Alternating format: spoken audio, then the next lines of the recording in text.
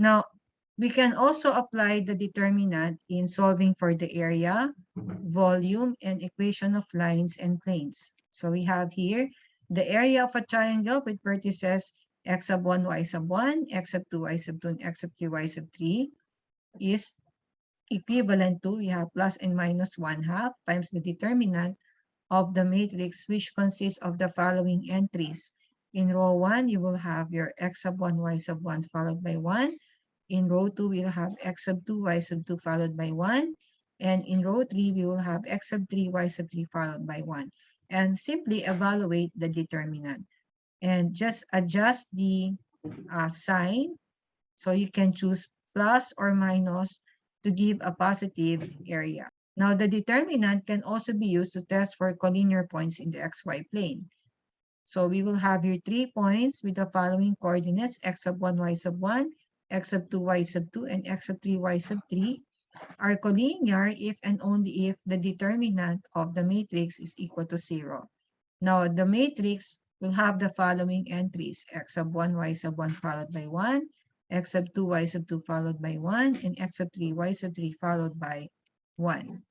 Now, we can also use the determinant to find the two-point form of an equation of a line. An equation of the line passing through the distinct points x sub 1, y sub 1, and x sub 2, y sub 2 is simply the determinant of the matrix equivalent to 0, wherein in the matrix, row 1 consists of x, y, and 1. Row 2 consists of the coordinates of the first point x sub 1, y sub 1 followed by 1. And the last row will have the coordinates of the last point being x sub 2, y sub 2 followed by 1. And simply evaluate the determinant. You will end up with an equation that has the x and y.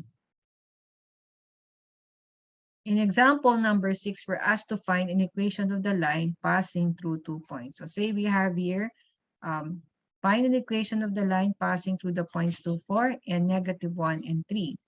So the solution is to simply apply the determinant formula for an equation of a line. So we have here the matrix, which consists of the following entries. For row 1, you have x, y, and 1. And for row 2, we have the coordinates of point 1 being 2, 4, and followed by 1. And for the last row, we'll have the coordinates of the second point, which is -1, 3, followed by 1. Now, let us evaluate the determinants. Say I perform a cofactor expansion along column 1. So you have x minus 2y plus 6 minus y plus 4 is equal to 0. I have x and then minus 3y plus 10 equal to 0, or that the equation of the line is x minus 3y equivalent to -10. Now we can check our answer in the next slide. So we have x minus 3y is equivalent to -10.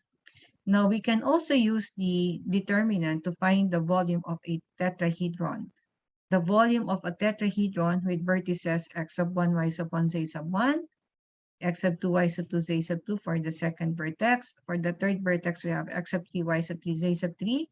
And for the last vertex, we have x sub 4, y sub 4, z sub 4 is, so we have the formula, volume is equivalent to plus and minus 1/6 times the determinant of the matrix, which consists of the following entries. So for row 1, we will have the coordinates of the first vertex followed by 1. And for row 2, we have the coordinates of the second vertex followed by 1. For row 3, we will have the coordinates of the third vertex followed by 1. And lastly, for row 4, we will have the coordinates of the last vertex followed by 1, and simply evaluate the determinant to and then multiply that one by 1/6 and adjust the sign. You can choose either positive or negative to give a positive volume. So in the example number 7, we're asked to find the volume of a tetrahedron with the following vertices. So again, to find the volume of the tetrahedron, we only need to follow the formula. So we will have here volume is equivalent to 1/6 times the determinant of the matrix, which consists of the following entries. So beginning with row 1, we will have the coordinates of vertex 1, which is 0, 4, 1, followed by 1. And for row 2, we will have the second vertex, 4, 0, 0, followed by 1. And for row 3, we have 3, 5, 2, which is the coordinates of the third vertex. So we have 3, 5, 2, followed by 1. And finally, the last vertex with the following coordinates, 2, 2, 5, and 1. So evaluating the determinant gives us negative 72. So the volume of the tetrahedron is negative 12. We can choose the sign to be negative here so that the volume will be positive units. So we'll have positive 12 cubic units. We're given 4 points with the following coordinates: x sub 1, y sub 1, z sub 1, x sub 2, y sub 2, z sub 2, x sub 3, y sub 3, z sub 3, and x sub 4, y sub 4, z sub 4 are coplanar if and only if. So these points here are coplanar if the determinant of the matrix is equal to 0. Okay, and we can also use the determinant to find the 3-point form of an equation of a plane. Using the equation, the determinant of the matrix equal to 0, wherein the first row will have x, y, z, and 1. And then for row 2, we have the coordinates of point 1 followed by 1. And for row 3, we'll have the coordinates of the second point followed by 1. And for the last row, we will have the coordinates of the last point followed by 1, and simply evaluate the determinant. And since we have on the top row x, y, z, then evaluating the determinant will give us an equation in 3 variables x, y, z. Okay, say for example, in example number 8, find an equation of the plane passing through 3 points. So we have the following 3 points. Use the equation for the plane. So we have your x, y, z followed by 1, x, y, z followed by 1, and then simply get all the coordinates of the given points, 0, 1, 0, negative 1, 3, 2, and negative 2, 0, 1. And for the last column, you know that they're all ones.